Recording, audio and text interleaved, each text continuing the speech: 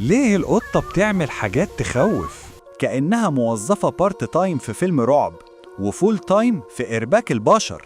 انت قاعد هادي شارب شاي مخنوق من الحياة عادي، فجأة القطة تجري قدامك بسرعة، لو شافها المرور هيسحب رخصتها وتسيبك مذهول، تقول لنفسك هي في مصيبة وراها ولا في مصيبة جايالي؟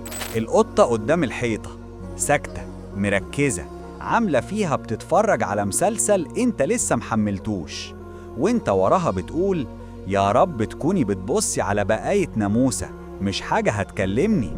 ولو كنت نايم ده وقت عرض فيلم إيقاظ المواطن، تصحى تلاقي القطة فوق صدرك تبصلك بعينين بتقول اصحى يا فاشل افتح لي الباب، وتنزل تمشي كأنها مديونة لك بهدوء.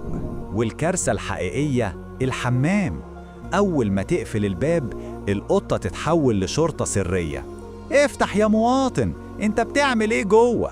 ولما تفتح تعدي جنبك كأنها بتتفقد ممتلكاتها.